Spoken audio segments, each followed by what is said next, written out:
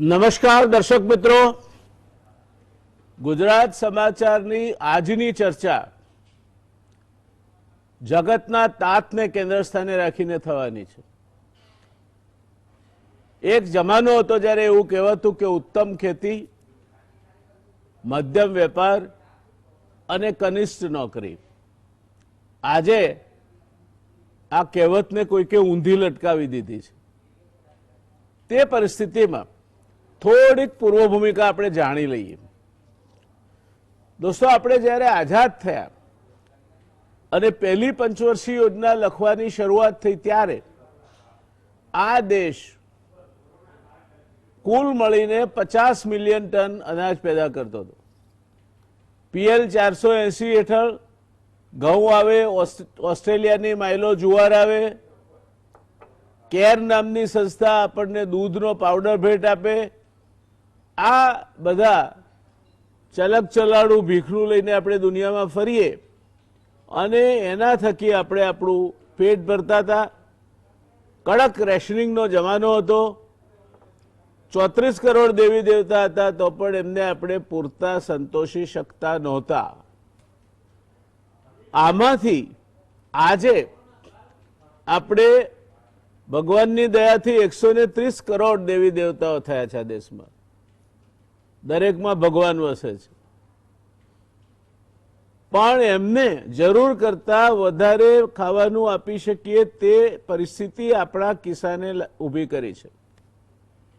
એનો યશ doctor સ્વામિનાથનના green રિવોલ્યુશનને આપો, doctor કુરિયનના white રિવોલ્યુશનને આપો, જગતના તાતની કાળી મજૂરીને આપવો, સી સુબ્રમણ્યમને આપવો, કે પછી આપણા પૂર્વ પ્રધાનમંત્રી લાલ બહાદુર શાસ્ત્રીએ જય જવાન જય કિસાનનું જે સૂત્ર આપ્યું અને એક ઝુંબેશ તરીકે આપણા દેશમાં કૃષિ ઉત્પાદન વધારવાની જે શરૂઆત થઈ 70ના દાયકામાં તેને આપવો।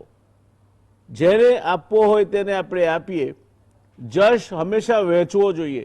એટલે કોઈ વધારે જશ લઈ જાય, કોઈ ઓછો જશ લઈ જાય એની ચિંતામાં પડ્યા કરતા આપણા કિસાને આજે આપણને એ સ્થિતિએ લાવી મૂક્યા છે જ્યારે આપણે 300 મિલિયન ટન કરતાં વધારે અનાજ પેદા કરીએ છીએ।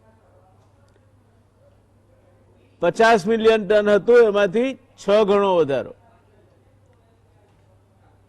ફળો અને શાકભાજીના ઉત્પાદનમાં આપણે વિશ્વમાં બીજા ક્રમે છીએ। અને સાહેબ, દૂધનો પાવડર આપણને કેર ભેટ આપતી હતી। નિશાળમાં આપણે બાળકોને એનું દૂધ બનાવીને ડાયટરી ન્યુટ્રિશનલ સપ્લિમેન્ટ તરીકે પીવડાવતા હતા, પૂરક આહાર તરીકે। એ દેશ આજે દૂધના ઉત્પાદનમાં વિશ્વમાં પહેલા નંબરે છે। આ બધાનો જશ જો કોઈને આપવો હોય તો એ ભારતના ખેડૂતને જાય છે, દૂધ ઉત્પાદક સંઘોને જાય છે। વધુ દૂધ ઉત્પાદન થાય તે માટે છાણ વાસીદું કરીને પશુપાલન કરતી અનેકાનેક બહેનોને જાય છે। અને એને પરિણામે આજે આપણે દુનિયા પાસે ભીખનું ચલક ચલાણું લઈને ફરવું પડતું નથી। પણ છેલ્લા કેટલાક સમયથી ખેડૂત નારાજ ચાલે છે। નારાજ એટલા માટે ચાલે છે કે એને ખેતી પોસાતી નથી। એને જે મળતર મળવું જોઈએ તે મળતર મળતું નથી। એ સિવાય પણ એના નાના મોટા અનેક પ્રશ્નો છે। 50,000 કરોડ રૂપિયાના એના ફળો ને શાકભાજી એટલા માટે બગડી જાય છે કે એને સ્ટોર કરવા માટે લગભગ 70 લાખ ટન જેટલી કોલ્ડ સ્ટોરેજની વ્યવસ્થા જોઈએ, જેનાથી અડધી પણ આપણા દેશમાં નથી। ફૂડ પ્રોસેસિંગના નામે મલ્ટીનેશનલ્સ ને મોટી કંપનીઓ જે કરે છે તે પણ જે રીતે અમૂલ મોડેલ ઉપર દૂધ અને દૂધના ઉત્પાદનો બાબતમાં આ દેશમાં પ્રગતિ થઈ, તે જ રીતે કિસાન સહકારી ધોરણે પોતાના કૃષિના ઉત્પાદનોનો મૂલ્યવર્ધક થાય તે રીતે પ્રોસેસિંગ કરી અને પોતે ધારે ત્યારે વેચે, પોતે ધારે તે ભાવે વેચે તે પરિસ્થિતિ લાવી શક્યો નથી। એના વિવિધ કારણો છે। આજે દૂધની થેલીના 2 રૂપિયા ભાવ વધી જાય તો આપણે કકળાટ કરતા નથી, સ્વીકારી લઈએ છીએ, કારણ કે એના ભાવ એનો ઉત્પાદક નક્કી કરે છે અને એને પોષણક્ષમ ભાવ હોય એ ભાવે જ વેચે છે ને એમાં કશું ખોટું નથી. પણ ખેડૂત અત્યારે ઘઉંનું ઉત્પાદન લીધું એણે તો એ જશે લઈને ગંજ બજારમાં કે કોઈ વેપારીના પાસે, એના માલના ભાવ દલાલો પાડે છે અને સાચી મલાઈ એ વચેટિયા ખાઈ જાય છે. રાતો જાગીને ઝેરી જીવજંતુઓ વચ્ચે પાણત કરવા જઈને, શિયાળાની કડકડતી રાતમાં માચડે હુઈ રહીને, વાહુ જઈને આપણો ખેડૂત જે ઉત્પાદન કરે છે એમાં એના બે છેડા ભેગા થતા નથી દોસ્તો. આ પરિસ્થિતિ આપણા કિસાનની છે. અને આજે કેન્દ્ર સરકારે એક સરસ મજાની જાહેરાત કરી છે કિસાન માટે. કેન્દ્ર સરકારે એ જાહેરાતમાં પ્રધાનમંત્રીશ્રીએ કહ્યું હતું કે 2022 સુધીમાં કૃષિ ઉત્પાદનોના ભાવ ખેડૂતને બમણા મળશે, તે દિશામાં આપણે જવું છે. આજે એક કદમ ઉઠાવ્યું છે એમણે. આજે લગભગ 14 ખરીફ પાકના ટેકાના ભાવમાં 50%થી 83% સુધી વધારો કર્યો છે. સામાન્ય ધાન એટલે ડાંગર એમાં 1815 હતા ક્વિન્ટલના, 1868 કર્યા, 53 રૂપિયાનો વધારો કર્યો. જવારમાં 70, બાજરામાં 150, રાગીમાં 145, મકાઈમાં 90, તુવેરમાં 200, મગફળી 185, સૂરજમુખી 235, સોયાબીન 170 અને તલમાં 370. કપાસ મધ્યમ રેસામાં 260 ગાંસડી દીઠ અને લાંબા રેસામાં 275. આમ આ જાહેરાતો 50%થી માંડીને 83% સુધી ટેકાના ભાવ વધારી આપે છે. એથી આગળ જઈને કેન્દ્રના કૃષિ પ્રધાન નરેન્દ્ર તોમરે કહ્યું છે કે ખેડૂતો માટે ટૂંકી મુદતની લોનની પરત ચૂકવણી, જેની મુદત હમણાં જૂનમાં ડ્યુ થતી હતી, તે વધારીને 31 ઓગસ્ટ સુધી લંબાવવામાં આવી છે. એટલે ટૂંકી મુદતની લોનની પરત ચૂકવણીમાં 6 મહિનાની કુલ મળીને રાહત માર્ચથી તે ઓગસ્ટ સુધીની એ કિસાનને મળી છે. હવે એ દરમિયાનમાં એના ઉપર વ્યાજ ચડશે કે નહીં ચડે, વ્યાજ ચડશે તો કેટલું ચડશે, 6 મહિના પછી પરત ચૂકવણી કરવાની છે તે એક સાથે કરવાની છે, એક સાથે ન કરે તો એને પછી જે લાભ મળે છે એમાંથી મુક્તિ મળી જશે, એક સાથે ન કરે તો દંડનીય વ્યાજ લાગશે. આ બધી જ બાબતો એ અધ્યાહાર છે. એટલે સરવાળે ઘણું બધું કહેવાયું છે અને છતાંય ઘણું બધું બાકી રહ્યું છે. અને એ આપણે ગુજરાતીમાં જે કહેવત છે તે પ્રમાણે કહીએ તો લાડી પાડી નીવડે વખાણ, એ સ્થિતિએ આપણને લાવીને મૂકી દીધા છે. ત્યારે આજે આ આખી વાતને સમજવા માટે આપણે 3 એવા ધુરંધર નિષ્ણાતોને ભેગા કર્યા છે કે જે આર પાર જોઈ શકે છે, જે ખેડૂતો વચ્ચે રહે છે, ખેડૂતોનો અભ્યાસ કરે છે. હેમંતભાઈ એ અર્થશાસ્ત્રી છે, શિક્ષણવિદ છે. હેમંત કુમાર શાહ ગુજરાત સમાચાર ટીવી માટે કોઈ નવું નામ નથી. અમારા જૂના ખાતાના નિવૃત્ત ઇજનેર વાસુદેવભાઈ પટેલ, જેમને હું અમારા ફેમિલી મેમ્બર કહી શકું, સિંચાઈ વિભાગના, એ નિવૃત્ત થયા બાદ કૃષિના પ્રશ્નોમાં રસ લે છે. પાણીના માણસ છે અને પાણી સાથે સીધો સંકળાયેલ વિષય કૃષિ છે, એ વિષયમાં રસ લે છે. ઇજનેર છે, ભણેલ ગણેલ માણસ જ્યારે કોઈ પણ ક્ષેત્રમાં પડે ત્યારે એ એક નવી જ દ્રષ્ટિ લાવે છે અને એ દ્રષ્ટિથી કંઈક સારું થાય તે પ્રકારે વાત કરે છે. ટેકનોલોજી આવનાર સમયમાં કેન્દ્ર સ્થાને રહેવાની છે, ત્યારે વાસુદેવભાઈ એ દિશામાં કામ કરી રહ્યા છે. સાગરભાઈ રબારી એક એવું નામ છે કે ખેડૂતોના પ્રશ્નોને લગતી કોઈ પણ જગ્યાએ ચર્ચા હોય, કોઈ પણ મુદ્દા અંગેની ચર્ચા હોય, ત્યારે ભારત સરકાર અને ભારત સરકાર સિવાયના બીજા સંપૂર્ણ આધારભૂત વિગતો સાથે સાગરભાઈ ધારબદ્ધ દલીલોથી પોતાની વાત સચોટ રીતે રજૂ કરવાની ક્ષમતા ધરાવે છે. સાગરભાઈને આપણે આવકારીએ, વાસુદેવભાઈને આવકારીએ, હેમંતકુમાર શાહને આવકારીએ. સાગરભાઈ, મારો પહેલો પ્રશ્ન આપના માટે છે. જી, ટેકાના ભાવ ખાસ્સા વધી ગયા, 50 થી માંડીને 83% સુધી.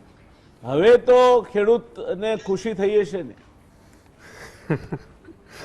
સાહેબ, આપે કહ્યું ને, કાલે જે રીતે પ્રકાશ જાવડેકરજી પ્રેસ કોન્ફરન્સમાં એમણે જાહેરાત કરી કે 50%થી લઈને 83% ટેકાના ભાવ વધી ગયા છે, ત્યારે લગભગ આખા દેશના ખેડૂતોમાં પહેલી જે જાહેરાત થઈ એનાથી તો આનંદનું મોજું ફરી વળ્યું, એમાં કોઈ સવાલ નથી, કોઈ શંકા નથી. પણ વાસ્તવિકતા એ છે કે આ તો આંકડાની માયાજાળ છે સાહેબ, એને બધી બાજુ રમાડી શકાય છે આંકડાને.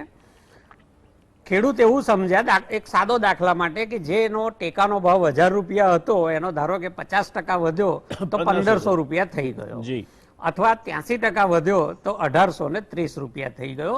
આ સાદી છાપ ખેડૂતોના મનમાં પડી. હકીકત એના કરતા જુદી છે. આંકડાની માયાજાળ એ થઈ કે એમણે ગયા વર્ષે જે વધારો આપ્યો હતો અને એને આ વધારા સાથે સરખાવ્યો, એટલે માની લો કે ગયા વર્ષે 100 રૂપિયા વધાર્યા હતા, આ વર્ષે 50 રૂપિયા વધાર્યા, તો એ 50%નો વધારો થયો. 80 રૂપિયા વધાર્યા તો 80%નો વધારો થયો. એનો જે કુલ ભાવ ગયા વર્ષનો હતો અને એને આ વધારાની ટકાવારી કાઢી કેટલાક જાણકાર મિત્રોએ, બહુ આધારભૂત ટકાવારી છે, તો ચોખામાં 2.9%નો વધારો, વાસ્તવિક વધારો થયો છે. એવી જ રીતે જુવારમાં 2.7%નો વાસ્તવિક વધારો થયો છે, મગમાં 2%નો થયો છે, તુવેરમાં 3.4%નો છે, સૂર્યમુખીમાં 4.1%નો છે, સોયાબીનમાં 4.5%નો છે, મગફળીમાં 3.6%નો વધારો છે, કપાસમાં 4.9%નો વધારો છે, અડદમાં 5.2%નો વધારો છે, મકાઈમાં 5.1%નો વધારો છે. એટલે હવે આમાંથી, આપ તો અર્થશાસ્ત્રી છો, સારી રીતે સમજી શકો છો આ વાતને, કે એમાંથી ફુગાવાનો દર બાદ કરીએ તો પછી વાસ્તવિક વધ્યું, અથવા કેટલાક કિસ્સાઓમાં તો એ માઇનસમાં ગયું. એટલે ખેડૂતોને મેં કાલે પહેલી પ્રતિક્રિયામાં એમ કહ્યું હતું કે આમાં હરખાવા જેવું હું અત્યારે નહીં કહું, આંકડા સામે આવે, અભ્યાસ કરું, પછી હું કહું કે આનાથી ફાયદો થવાનો છે કે નુકસાન થવાનું છે. આજે હું આ બધા આંકડા જોયા પછી કહું છું કે આમાં ખેડૂતોને કોઈ એવો ફાયદો થવાનો નથી. જો ફુગાવાનો દર બાદ કરીએ તો ભાવો હતા ત્યાંના ત્યાં જ હતા, અને ઇનપુટમાં જે રીતે વધારો થયો એક વર્ષની જ સરખામણીમાં, તો છે ને એને નુકસાનમાં વધારો થવાનો છે, આવકમાં વધારો થવાનો નથી. કારણ કે કપાસનું 450 ગ્રામનું બિયારણનું પેકેટ 1500 રૂપિયામાં વેચાય છે સાહેબ. હવે 1500 રૂપિયાનું બિયારણ, એની સાથે ખાતર, ડીઝલ, આ બધું ગણતા ઉલટો વાસ્તવિક, એટલે જેને આપણે અર્થશાસ્ત્રની ભાષામાં વાસ્તવિક આવક કહીએ છીએ, એમાં ખેડૂતને ઘટાડો દેખાવાનો છે, ફાયદો નથી દેખાવાનો.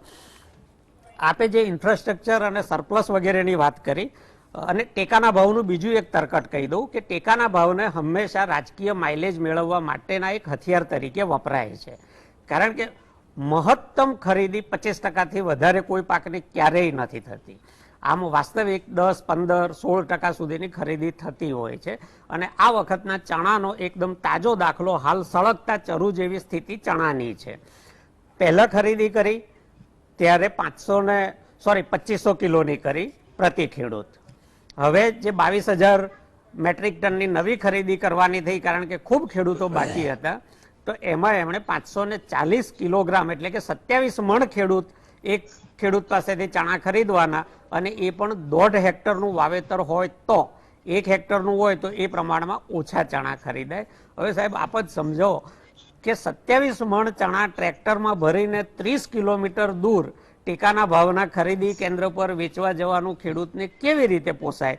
એટલે આ ટેકાનો ભાવ એ કોઈ કાયમી સોલ્યુશન નથી. આ માત્ર રાજકીય હેતુ માટે દર વર્ષે આની જુદી જુદી રીતે શબ્દોની માયાજાળ રચીને જાહેરાત થાય છે.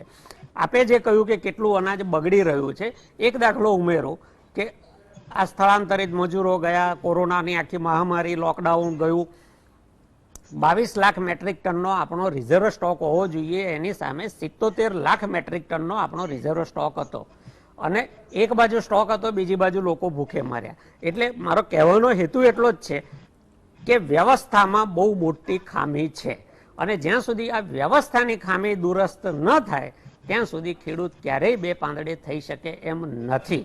એક સાદો દાખલો, બીજા આ બધા સરકારી આંકડા છે. ભારતમાં ખેતી લાયક જમીન 140 મિલિયન હેક્ટર છે, એમાંથી સિંચાઈ વિસ્તાર 48.8% છે અને 51.2% એ રેઇનફેડ એટલે વરસાદ આધારિત ખેતી કરતો વિસ્તાર છે.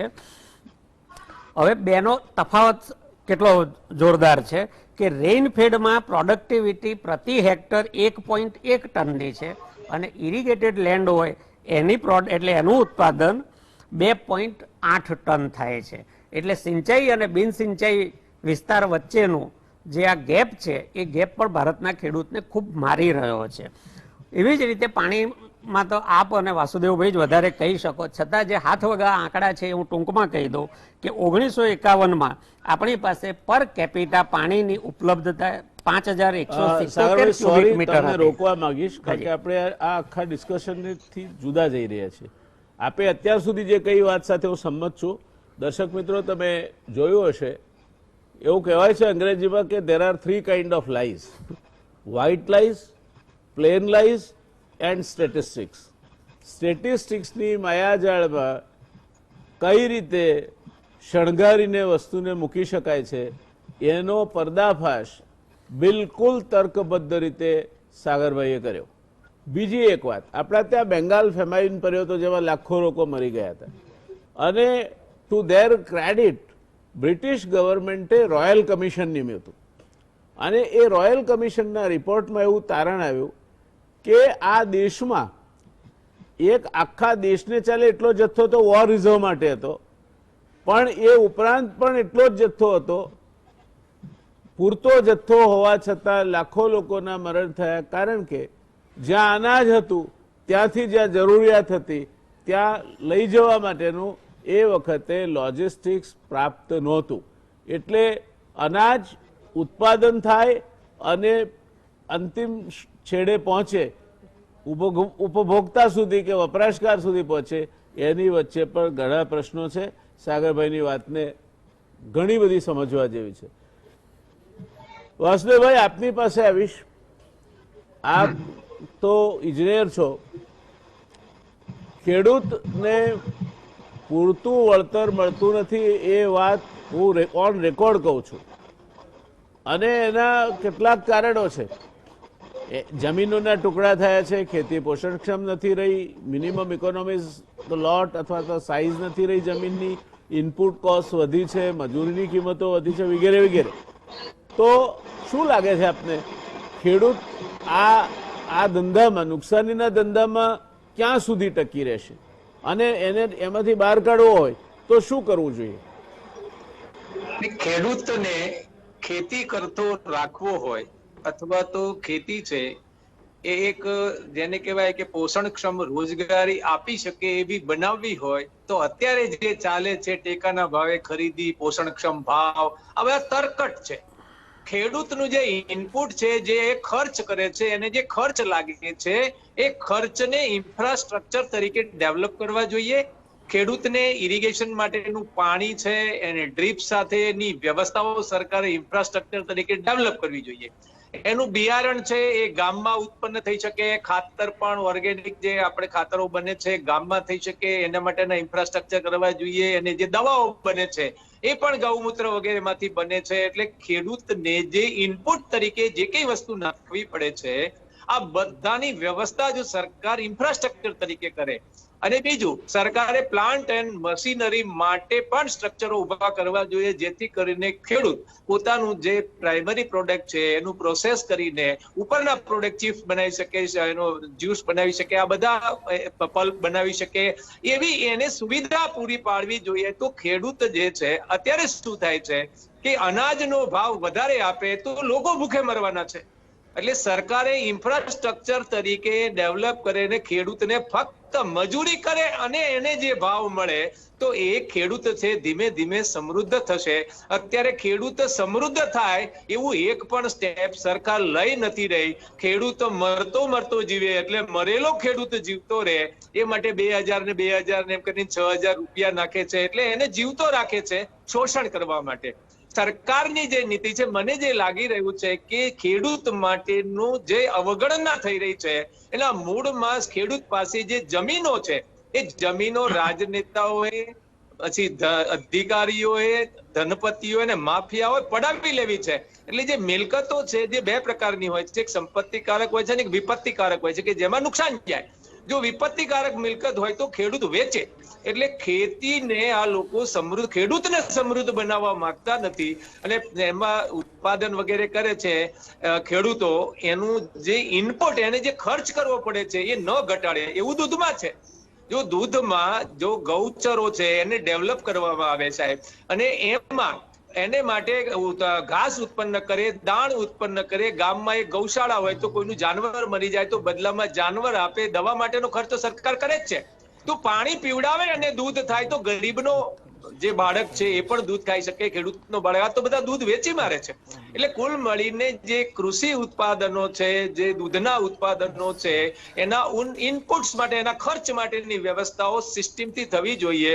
તો જ ખેતી સમૃદ્ધ થશે અને તો જ ખેડૂત દેશ સમૃદ્ધ થશે. એટલે કુલ મળીને સરકાર જે પદ્ધતિ અપનાવી રહી છે એ પદ્ધતિ તરકટ સમાન છે અને ટેકાના ભાવની તો મસ્કરી છે સાહેબ. ટેકાના ભાવે ખરીદી 25% પણ થતી નથી, તો બાકીનો 75 અને 25% જે ખરીદી થાય છે એ એપીએમસી માર્કેટમાં જે લોકો બેઠા છે અડ્ડો જમાવીને એનો માલ જાય છે, વેપારીઓનો જાય છે, એના આગેવાનોનો જાય છે. સામાન્ય ખેડૂત તો ત્યાં સુધી પહોંચી જ નથી શકતો. એટલે કુલ મળીને તરકટ માટે, એટલે પૈસા બનાવવા માટે ટેકાના ભાવની ખરીદીનો વિષય છે. તમે ખેડૂતને સીધું આપી દો ને, તમારે ખેડૂતને જો લાભ ખેડૂત દેવો છે, ખેડૂતના સુધી પહોંચવા નથી દેવો, વચ્ચે લૂંટી લેવો છે. એટલે ખેડૂતના નામે ફાળવણી તો થાય છે. વીમામાં પણ આ થયું છે કે 2 લાખ કરોડિયો કંપનીને 2 લાખ કરોડ આપી દીધા. એટલે સરકાર જે સિસ્ટમો લાવી રહી છે, સિસ્ટમમાં વચોટિયાઓ કમાય અને ખેડૂતના ખિસ્સામાં એક પણ પૈસાનો ફાયદો ન થાય એ પ્રકારની જે પદ્ધતિઓ છે બંધ કરવી જોઈએ. અને ખેતી અને દૂધનો જે છે એના ઇનપુટ્સ માટે સરકારે ઇન્ફ્રાસ્ટ્રક્ચર ડેવલપ કરવા જોઈએ, તો જ સમૃદ્ધિ આવે.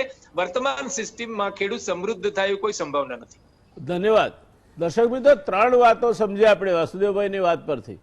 એક તો ખેડૂતને જે પકવે છે એના પોષણક્ષમ ભાવ મળતા નથી અને એટલે ખેડૂતને મળતર રહેવું જોઈએ, એના બદલે નુકસાની થાય તે પ્રકારની પરિસ્થિતિનું નિર્માણ થાય છે. સાગરભાઈએ પણ એ વાત કહી કે જો એમાંથી તમે ફુગાવો કાઢી નાખો તો ભાગ્યે જ ખેડૂતના હાથમાં કશું બાકી રહે છે. ત્યાર પછીની બીજી વાત છે કે ખેડૂતને ખેતીમાં રસ લેતો કરવો હોય તો એને કઈ રીતે ખેતી સાથે જોડી શકાય. તો એના ઉપાય તરીકે ખેડૂત પોતે જ જ્યાં સુધી પોતે જે ઉત્પાદન કરે છે એ ઉત્પાદનને પ્રોસેસ કરીને એના ભાવ પોતે જ નક્કી નહીં કરે ત્યાં સુધી દુનિયાની કોઈ તાકાત એને બે પાંદડે નહીં કરી શકે. આજે દૂધ ઉત્પાદક એ આપણને પૂછવા આવતો જ નથી, તો શા માટે ખેડૂત કાચા ઘઉં વેચે અને એનો આટો, મેદો, રવો આઈટીસી જેવી મલ્ટીનેશનલ કંપની વેચે, અનેક બીજી મોટી કંપનીઓ વેચે. તો કમસે કમ ગુજરાત જેવા રાજ્યમાં આવડી મોટી ડેરીઓ ઊભી કરી છે આપણે. એમની અમૂલની એક બ્રાન્ડ છે. જો અમૂલની બ્રાન્ડથી પિઝા વેચાતા હોય તો અમૂલ બ્રાન્ડનો આટો પણ વેચાય, સોજી પણ વેચાય, રવો પણ વેચાય, બાજરીનો લોટ પણ વેચાય અને ઢોકળાનું ભેગું કરીને દળાવ્યું હોય તો તે પણ વેચાય. ફૂડ ઇન્ડસ્ટ્રીમાં બ્રાન્ડ ઇક્વિટી જોઈએ. તમારી બ્રાન્ડ છે ને એ પ્રખ્યાત જોઈએ. ખર્ચો એ ડેવલપ કરવા માટે મોટો કરવો પડે છે અને ત્યારે એ પ્રચલિત થાય છે. આ પ્રચલિત બ્રાન્ડ છે એના ખભે મૂકીને ફૂડ ઇન્ડસ્ટ્રીને શરૂઆતમાં તરતી કરવી જોઈએ અને ત્યાર પછી એક તબક્કે એને અલગ રીતે પોતાની બ્રાન્ડ સાથે બજાર હેન્ડલ કરવા માટેનું કહી શકાય. આ એક રસ્તો છે. ટેકાના ભાવ એનો રસ્તો નથી, તે વાત બંને આપણા વિદ્વાન વક્તાઓએ આપણને કહી. હેમંતભાઈ, આપ તો અર્થશાસ્ત્રી છો અને આપની સામે મારો પ્રશ્ન એ છે કે જ્યારે આપણે પહેલી પંચવર્ષીય યોજના લખી ત્યારે 4.5 હેક્ટર હતી, ખેતરની સાઇઝ, એવરેજ સાઇઝ.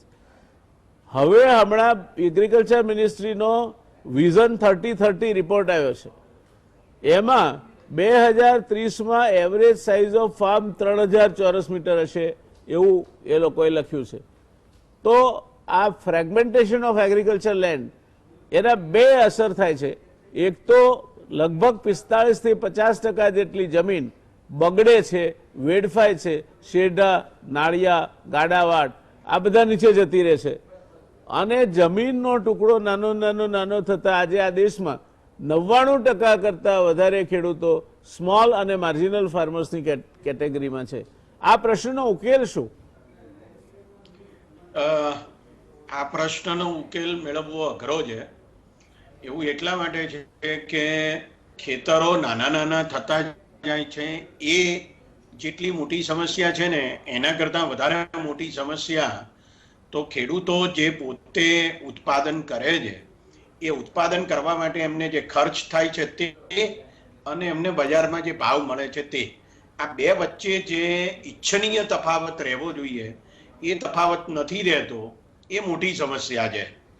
મેં હું એટલા માટે કહી રહ્યો છું કે ફૂડ એન્ડ એગ્રીકલ્ચર ઓર્ગેનાઇઝેશને આજથી લગભગ 20 વર્ષ પહેલા એક બહુ મોટો અભ્યાસ કર્યો હતો સમગ્ર દુનિયામાં, જેમાં ભારતના ખેતરોનો પણ અભ્યાસ હતો. અને એમાં એમ કહેવામાં આવ્યું હતું કે માત્ર મોટા ખેતરોમાં જ ઉત્પાદન વધે છે એવું નથી, નાના ખેતરોમાં પણ ઉત્પાદન વધી શકે છે. એટલે પ્રશ્ન માત્ર નાના ખેતરો છે અથવા ફ્રેગમેન્ટેશન થાય છે એ નથી. સવાલ એ છે કે એમને કેટલો ભાવ મળે છે જે ઉત્પાદન કરે છે એનો. હવે આ આંકડો બહુ મહત્વનો છે. નીતિ આયોગે હમણાં જ 3 વર્ષ પહેલા પોતાના એક રિપોર્ટમાં એવું કીધું છે કે 21% ખેડૂતો એવા છે કે જેમને આ જે ટેકાના ભાવ જાહેર કરવામાં આવે છે એનાથી સંતોષ છે. એટલે એનો અર્થ એ થયો કે બાકીના 79% ખેડૂતોને આ ટેકાના ભાવથી સંતોષ નથી. એક બીજો મુદ્દો પણ એમણે કહ્યો છે નીતિ આયોગે કે ગુજરાતમાં, આ ગુજરાત જેવા વિકસિત રાજ્યની વાત છે, ગુજરાતમાં માત્ર 33% ખેડૂતો એવા છે કે જેમને લઘુત્તમ ટેકાના ભાવ જેવું કશું છે એની એમને ખબર છે, એમને માહિતી જ નથી કે આવું કશું છે. હવે આ સંજોગોમાં આપણે જે ખેડૂતોની આવક 2022 સુધીમાં બમણી કરવાની છે એવો જે લક્ષ્યાંક નક્કી કરેલો હતો એ લક્ષ્યાંક કેવી રીતે સિદ્ધ થાય? આ બહુ સીધો સાદો મામલો છે. વ્યાસ સાહેબ, આપ તો ઉદ્યોગો સાથે બહુ ઘનિષ્ઠ રીતે સંકળાયેલા હતા અને છો. જ્યારે પણ કોઈ એક ઉદ્યોગનો નફો ગણવામાં આવે ત્યારે એ ઉદ્યોગ જે જમીન ઉપર છે અથવા જે કારખાનામાં એ ચાલે છે એ જમીન અથવા એ કારખાનું, એની કિંમત વગેરેને ધ્યાનમાં લેવામાં આવે છે. હવે જ્યારે કોઈ ખેડૂત ખેતી કરે છે ત્યારે હલો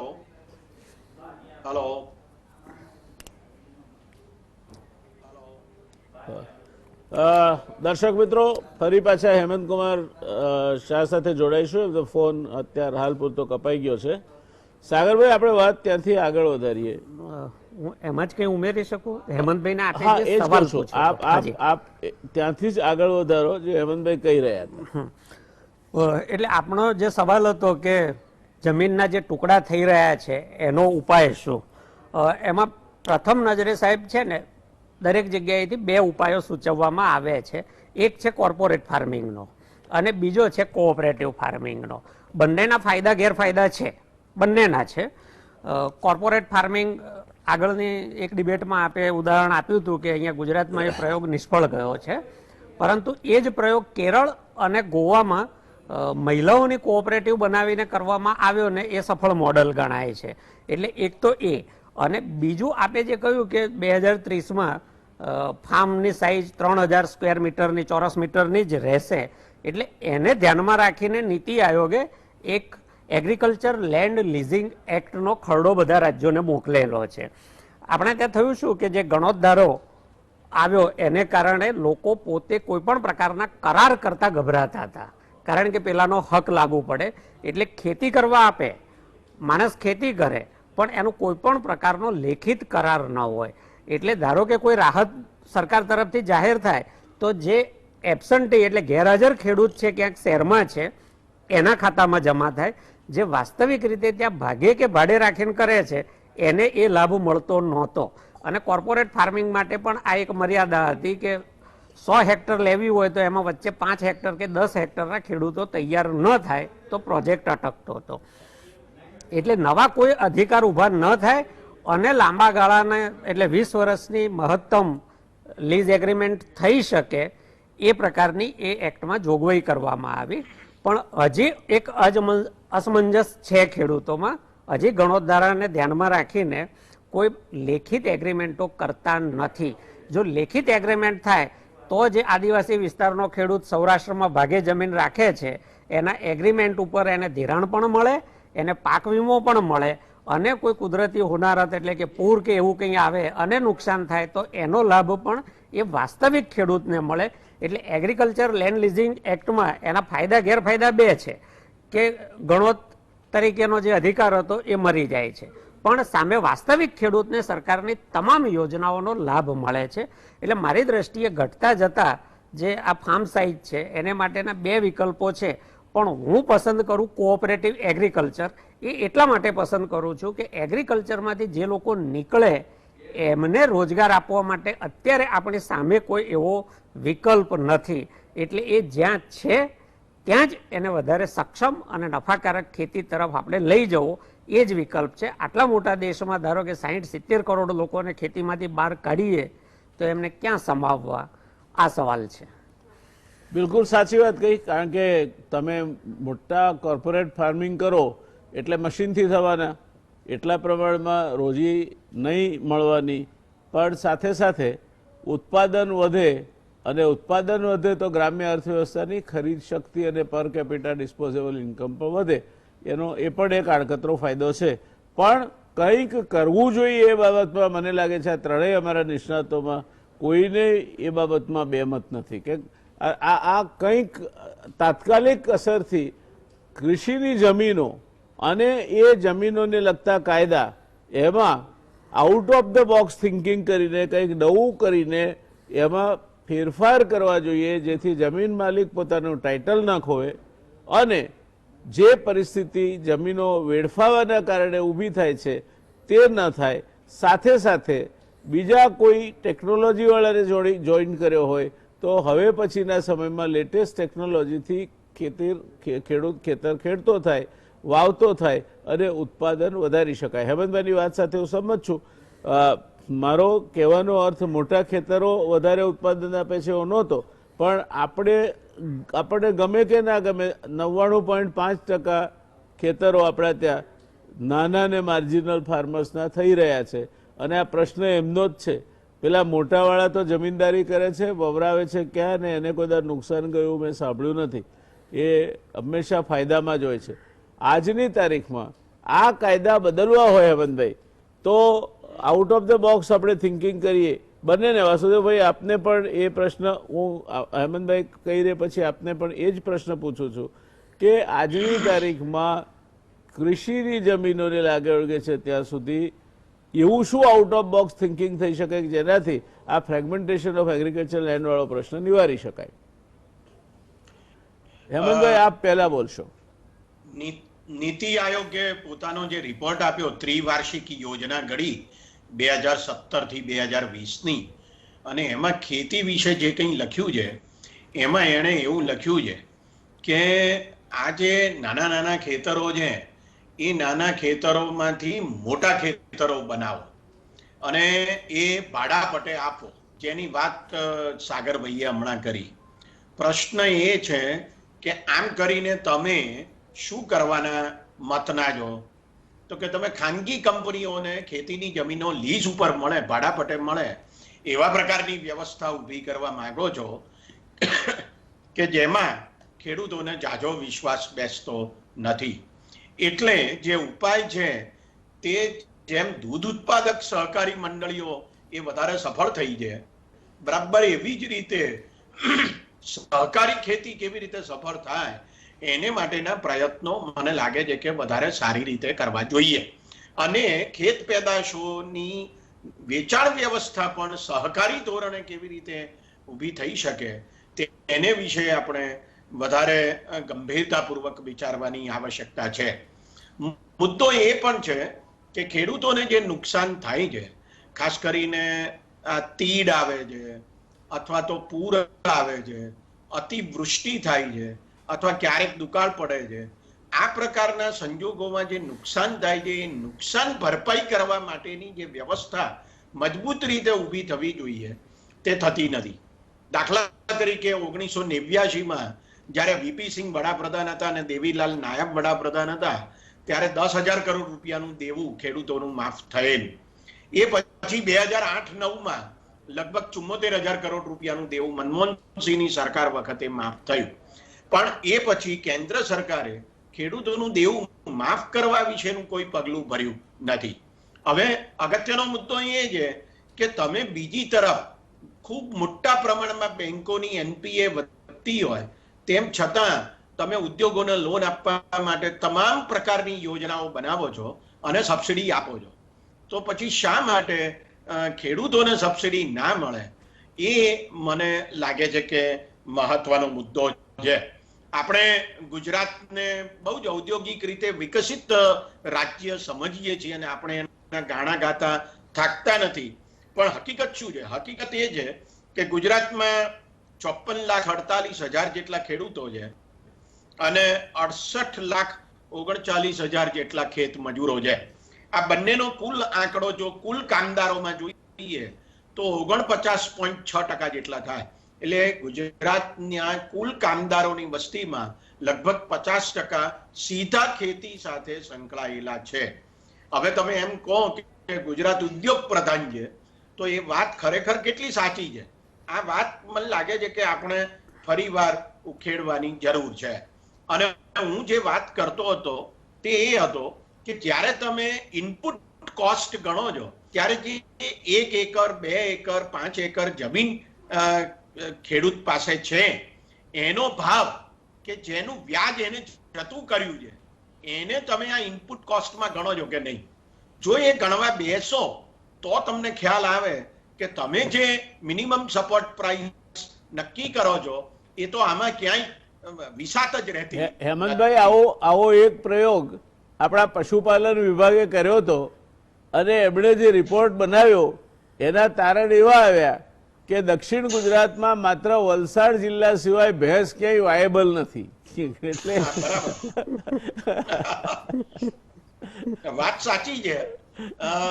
મારો ફરી એકવાર કહેવાનો મુદ્દો એ છે કે જે ખેડૂતો છે એ જે ઉત્પાદન કરે છે એની વેચાણ વ્યવસ્થા અને એની સંગ્રહની વ્યવસ્થા.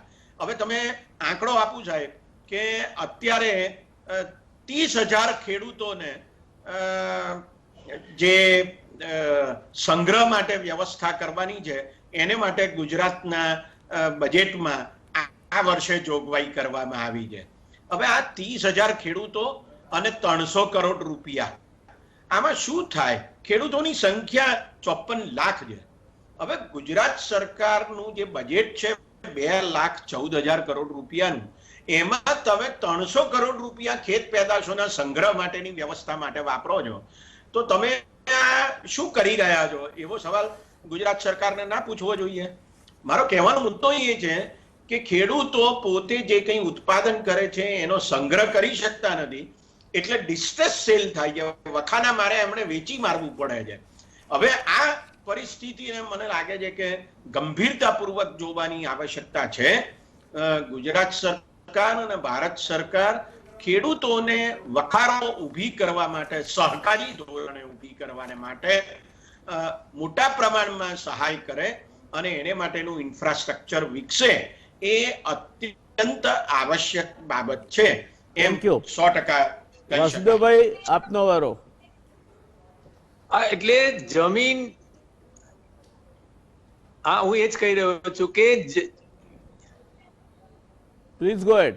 જમીનના જે ટુકડા થાય છે એ ટુકડા થાય છે, સમસ્યા ચોક્કસ છે, પણ એના કરતા પ્રાયોરિટીમાં પહેલા જે સમાધાનની આવશ્યકતા છે એ ખેડૂત જે અત્યારે પકવે છે અને બગડે છે, એ પકવે છે અને પછી પ્રોસેસ કરીને એ આગળની પ્રોડક્ટ બનાવી શકે એ પ્રમાણેની જે વ્યવસ્થાઓ છે પ્રાયોરિટીમાં, કારણ કે જે તો અત્યારે એની પેદાશ છે જ, ભલે નાના ખેતરો છે પણ ઉત્પન્ન તો કરે જ છે ને. એનો જે બગાડ થાય છે એ સંગ્રહના કારણે બગડે છે, ન કરવાથી બગડે છે, બાકીના કારણોસર બગડે છે. બીજું, ઇરિગેશનની સુવિધા, હમણાં સાગરભાઈએ જે આંકડો આપ્યો કે જ્યાં ઇરિગેશન નથી અને જે ઉત્પાદન મળે છે એના કરતા લગભગ ડબલ કરતા વધારે ઉત્પાદન છે ઇરિગેશન વાળા વિસ્તારમાં મળે છે, અને 51% જમીનમાં ઇરિગેશન થતું નથી. તો ઇરિગેશનની સુવિધા મળે તો ઉત્પાદન ડબલ થવાનું જ છે.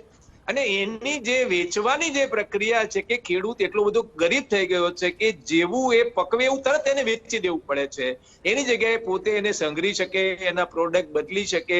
એટલે જમીનના નાનો ટુકડો થાય છે એને કારણે જે નુકસાન જઈ રહ્યું છે, અથવા તો એને માટે વિચાર કરવા એ પહેલા વિચારવાના આ બધા મુદ્દા છે કે ઓલરેડી જે પ્રોડક્ટ મળે, જે પ્રોડક્શન મળી રહ્યું છે, પ્રોડક્શનમાં વધારો કરવા માટે ઇરિગેશન ફેસિલિટી, ખાતર, બિયારણ, દવાઓની જે સુવિધાઓ જે ઊભી કરવી જોઈએ. ટુકડા તો પછી આવે છે. એટલે કુલ મળીને જે સુવિધાઓ જે અત્યારે પાકી રહ્યું છે, પાકમાં આપણે વધારો કરી શકીએ, બાકીની સુવિધાઓ બધી જમીન સિવાયનો વિષય છે આ બધો, કે જમીન સિવાય બાકીની જે સંસાધનો લગાડીને જે ઉત્પાદન મેળવી શકાય છે એ તો પહેલા કરવું જોઈએ ને. અને એવું થાય તો અત્યારે વર્તમાનમાં જે ઉત્પાદન છે એના કરતા લગભગ 3 ગણું ઉત્પાદન મળવાની સંભાવના છે. અને એ ઉત્પાદન એટલે ખેડૂતને અત્યારે જે મળે છે એ 3 ગણું જો ઉત્પાદન કરશે તો એને 3 ગણું વળતર મળવાનું જ છે. બીજું, ઇન્ફ્રાસ્ટ્રક્ચર જે સરકાર ડેવલપ કરશે ઇન્ફ્રાસ્ટ્રક્ચર તરીકે, એમાં પણ એને રાહત થવાની છે. એટલે ખેડૂત સમૃદ્ધ થવાની દિશામાં ટુકડાવાળી જમીનમાં ખેતી કરશે તો પણ જઈ શકે એમ છે. એટલે ટુકડાની ચિંતા મને લાગે છે કે પછીથી કરવી જોઈએ. પહેલા બાકીના જે વિષયો છે કે જેમાં બગાડ થાય છે, જેમાં એને વધારાની જો સુવિધાઓ આપવામાં આવે તો વધારે ઉત્પાદન લઈ શકે એમ છે.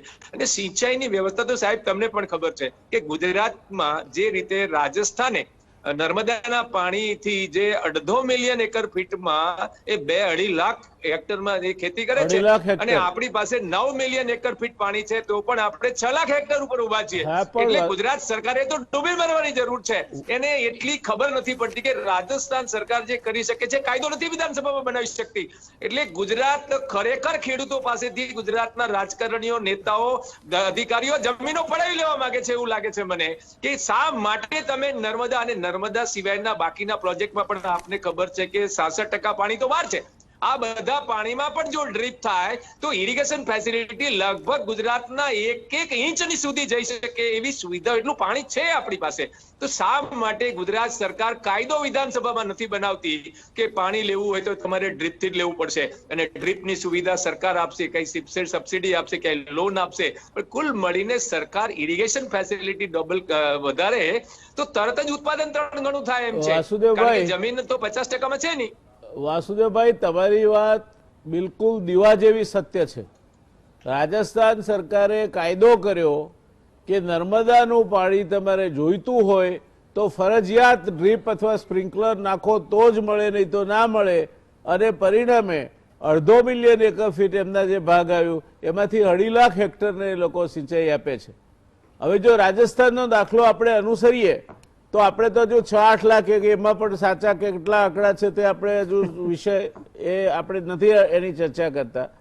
પણ ગુજરાત 40 લાખ હેક્ટર કરતા વધારે જમીનને સિંચાઈ આપી શકે, અને ગુજરાતની કૃષિ અર્થવ્યવસ્થા એ એટલી મોટી બની જાય કે ઔદ્યોગિક અર્થવ્યવસ્થાની આપણે આજે જે આરતી ઉતારીએ છીએ એના કરતા ગુજરાતની કૃષિ વ્યવસ્થા, કૃષિ ઉત્પાદનો અને ફૂડ પ્રોસેસિંગ ઇન્ડસ્ટ્રીના કારણે જે આવક ઊભી થાય એની એટલી મોટો ઇમ્પેક્ટ હોય કે ગુજરાતની કદાચ માથાદીઠ આવક એ ઘણી આગળ નીકળી જાય. આપણે કોઈ દેશ સાથે સરખામણી નથી કરવી, કારણ કે આપણા ત્યાં તો તરત સરખામણી થઈ જાય છે કે ગુજરાતનો ખેડૂત અમેરિકાના બરાબર થઈ જાય, મુંબઈ શાંઘાઈ બની જાય. આપણે કશું નથી કરવું, આપણે ગુજરાતને ગુજરાત જ રહેવા દેવું છે.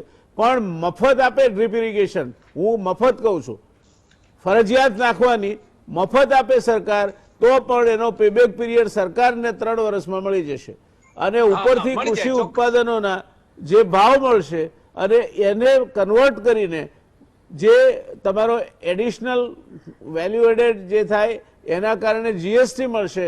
આ બંને વસ્તુ એટલી વધારે છે કે તમારા ગામડામાં અત્યંત સારી જીવન પદ્ધતિ કહી શકાય તે પ્રકારનું જીવન ઉપલબ્ધ બનશે અને ખેડૂતના ગામડા ગ્રામ્ય વિસ્તાર એ આપણા ત્યાં બહુ જોરદાર બળવું બજાર વ્યવસ્થા પણ બની શકશે. એટલું બળ આ જે વાસુદેવભાઈએ વાત કહી તેમાં છે. કોણ કેમ નથી થતું એના બીજો પ્રશ્નો- ઇસ્યુ એવો છે કે ગામડાના અત્યારે કેટલા યુવાનો બિચારા દીકરીઓ નથી મળતી સાહેબ, અને જો આ વ્યવસ્થા થાય ને તો એમને દીકરીઓ મળતી થાય નહીં, વાંઢા એના પડે બિચારા. એ વાસુદેવભાઈ આપણે અત્યારે એમાં પ્રકરણમાં નથી પડતા. એના કારણો તો જુદા છે. ગામડામાં જો ઘરે 10 વીઘા જમીન હોય ને 4 ડોબા હોય 4 ભેંસ હોય તો દીકરી ત્યાં નથી પરણાવતા. સુરતમાં હાંચો ચલાવતો હોય તો એને પરણાવે છે કે દીકરી સુરત જશે ને પૂરી પકોડી ખાશે. એટલે એ આખો પાછો પ્રશ્ન જુદો છે. પણ ગામડામાં જીવન પદ્ધતિ સુધરે, ગામડામાં વધારે આવક થાય તો આપની વાત અંશતઃ સાચી છે કે પછી આ કન્યાવાળું પણ છે. એમાં બીજો એક પ્રશ્ન આપણા ત્યાં ઇમ્બેલેન્સ છે, જેન્ડર ઇમ્બેલેન્સ છે. આપણા ત્યાં Gender, 922 દીકરીઓ છે, 1000 દીકરા હોય. એટલે બધા ઘણા કારણો છે એના અને એ બધા પાપો કરવા માટે આપણે જ જવાબદાર છીએ. મારે સાગરભાઈ એ પૂછવું છે કે આ લોન એમણે કહ્યું, હું વિચાર્યા કરું છું કે આ લોનની પરત ચૂકવણી 31 ઓગસ્ટ સુધી મોકૂફ રાખી એટલે શું લાગે તમને? વ્યાજ એના ઉપર વ્યાજ રાખવાનું કે વ્યાજ નહીં લાગવાનું? નહીં, વ્યાજ તો લાગવાનું સાહેબ, કેટલા ટકા લાગે? 7%. અને ગુજરાતમાં 0% સરકાર કહે છે હા, પાછળથી. એટલે હજી ઘણા ખેડૂતોને 2 વર્ષનું વ્યાજ એમના ખાતામાં જમા ના મળ્યું હોય એવા તો ખૂબ કેસો છે અને ગયા વર્ષના તો ઘણા છે. પણ મેં આજે જ ખેડૂતોને અપીલ કરી છે મારા સોશિયલ મીડિયાના માધ્યમથી કે તમારી પાસે સગવડ થાય તો 31 ઓગસ્ટની રાહ ન જોતા વહેલા ભરી દેજો. એવું એટલા માટે મેં કહ્યું કે બેંક સરકારને ઓળખતી નથી. એ તો જેટલા મહિના થયા એટલાનું 7% લેખે વ્યાજ ગણીને ખેડૂત પાસે પૂરેપૂરું ભરાવે છે અને જ્યારે સરકાર એને ચૂકવે બેંકને ત્યારે પાછું ખેડૂતના ખાતામાં જમા આપે છે. એટલે અત્યારે ગુજરાત સરકાર જો ખેડૂતોને બીજી કઈ એણે સહાય નથી કરી, એક સહાય કરી શકે તો મારું એટલું જ સૂચન છે કે તમે આગોતરું બેંકને વ્યાજ આપી દો, જેથી કરીને ખેડૂતે 18 મહિનાનું વ્યાજ ભરવું ન પડે. એ 12 મહિનાના અથવા તો બિલકુલ મુદ્દલ ભરીને એમાંથી નીકળી શકે. બાકી ખાસા પૈસા એટલે 3 લાખનું વ્યાજ હોય તો 18 મહિનાનું 3 લાખ રૂપિયાનું વ્યાજ ભરવામાં જ ખેડૂત તૂટી જશે. એની સાથે પાછા વીમાના પ્રીમિયમના પૈસા ભરવાના, બેંકનો ફાઇલ ચાર્જ ભરવાનો, સર્વેયરનો ચાર્જ ભરવાનો. આ સરવાળે બહુ મોંઘી રમત હતી સાહેબ અમારા માટે. બહુ સાચી વાત કહી આપે. દર્શક મિત્રો, મૂળ વાત એ છે કે આ 6 મહિના વધી ગઈ મુદત, એટલે 6 મહિના દરમિયાન વ્યાજ સુવાનું નથી. આ બેંકો માટે સારો ધંધો છે, કારણ કે રિવર્સ રેપો રેટ છે એનાથી અડધો છે. એટલે જો રિઝર્વ બેંકમાં પૈસા મૂકવા જાય તો અડધું વ્યાજ મળે અત્યારે જે ખેડૂત પાસેથી લેવાનું છે, અને ખેડૂત પાસેથી લે તો બમણું મળે. એટલે આ ધંધો ખેડૂત માટેનો નથી લાગતો, આ તો બેંકો માટેનો ધંધો થશે. અને બેંકોની નફાકારકતામાં સરકારની રિકવરીની દ્રષ્ટિએ જરાય એફર્ટ કર્યા વગર સરકાર જમા કરાવી દે એટલે બેંકોના બેલેન્સ શીટ સુધરે. ખેડૂતને સરવાળે આજની તારીખમાં જ્યાં સુધી રાજ્ય સરકાર જો પૈસા આપી દે તો ખેડૂતને વાંધો નથી, પણ જો રાજ્ય સરકાર પૈસા ન આપે અને બેંકો રિઝર્વ બેંકને જવાબદાર છે, બેંકો રાજ્ય સરકાર માનતી નથી, તો બેંકો જે વ્યાજ લેશે એ આ 6 મહિનાનું વ્યાજ ખેડૂતને વધારાનું ભરવું પડશે અને એ વ્યાજ એને મોંઘું પડે એ બાબતમાં કોઈ શંકા નથી. પણ આપણે આશા રાખીએ કે ગુજરાતની રાજ્ય સરકાર ખેડૂતો માટે હંમેશા સંવેદના રાખીને ચાલે છે, પ્રગતિશીલ રાજ્ય સરકાર છે. તો આગોતરું જેમ સાગરભાઈએ કહ્યું તેમ આ 6 મહિનાનું જે આ એમની જે લોન છે એના ઉપરનું વ્યાજ છે એ સરકાર ભરી દે બેંકોને, અથવા તો એ પ્રકારનો હુકમ કહે કે સરકાર ભરી આપશે એટલે બેંકોએ એમના પર કોઈ ભારણ નાખવું નહીં, તો જ ખેડૂતને ફાયદો થશે. એ નહીં થાય તો ખેડૂતને ફાયદો નહીં થાય. દર્શક મિત્રો, ઘણી બધી બીજી વાતો છે. ખેડૂત આપણને માત્ર અન્ન સુરક્ષા જ નથી આપતો, 50% કરતાં વધારે રોજગારી ખેડૂત જો માતો છે તો તમને ગ્રામ્ય ક્ષેત્રમાંથી કૃષિ ક્ષેત્રમાંથી મળે છે. 50% કરતાં વધારે બજાર એ ખેડૂત જો સાજો હોય, ગ્રામ્ય અર્થવ્યવસ્થા સાજી હોય, ગ્રામ્ય અર્થવ્યવસ્થા ધમધમતી હોય તો તમારા ત્યાં 50% કરતાં વધારે બજાર પછી સિમેન્ટ હોય કે મોટરસાઇકલ હોય કે કપડું હોય કે પછી સોફ્ટ ડ્રિંક્સ હોય. આજે તો ગામડામાં કોકના ઘરે તમે મહેમાનગતિ જાઓ તો છોકરાને દોડાવી બિસ્લેરીની બોટલ મંગાવે છે પહેલાં. એટલે ગામડું એક મોટું બજાર છે આપણા દેશનું, અને ત્યાં જો ખેડૂત એ વધારે કમાશે તો સમગ્રતા 60% ભારતના પ્રશ્નો રોજગારીના અને બજાર વ્યવસ્થાપનના સારી રીતે ઉકેલશે. એ સરકારોએ, રાજ્ય સરકારે અને કેન્દ્ર સરકારે સમજવું જોઈએ. અને આ ખેડૂતના ભલા માટે નથી, આપણી અન્ન સુરક્ષા માટે છે, આપણી બજાર વ્યવસ્થાની સુરક્ષા માટે છે, આપણી રોજગારીની સુરક્ષા માટે છે. આ બધું ભેગું કરીને તમે જુઓ તો ખેડૂત ખેતી કરે છે એ જીડીપીમાં ભલે 16% આપતો હોય પણ એનું પ્રદાન આ દેશને તાજો માજો રાખવામાં ખૂબ મોટું છે, અને સૌથી મોટું પ્રદાન છે એનું અન્ન સુરક્ષા. જો અન્ન સુરક્ષા ના હોય અને અનાજ બહારથી આયાત કરવું પડતું હોય તો એના પગલે પગલે અનેક જાતના કાંડા આંબળવાના પ્રયોગો થશે. આપણે ચાડમાં જોયું છે, નાઈગરમાં જોયું છે, ભૂખમરો શું વસ્તુ છે. આ ન થાય એ કરવાના ખેડૂતને આપણે જો પૈસા આપીએ તો મને લાગે છે કે it is an insurance against safety and security in this country. આશા રાખીએ આપણે એ દિશામાં વિચારીએ, આવનાર સમયની સરકારો એ દિશામાં વિચારે, નીતિ આયોગ એ દિશામાં વિચારે. આપણે આજ પૂરતા બસ અહીંયા જ અટકીશું. વાસુદેવભાઈ, હેમંતભાઈ, સાગરભાઈ, આ ત્રણેય વિદ્વાન મિત્રોનો ખૂબ ખૂબ આભાર. આપના ખૂબ જ ઉપયોગી સૂચનોએ ચર્ચાને જીવંત બનાવી અને ખરેખર મજા આવી. ફરી એકવાર ધન્યવાદ. શુભરાત્રી દર્શક મિત્રો.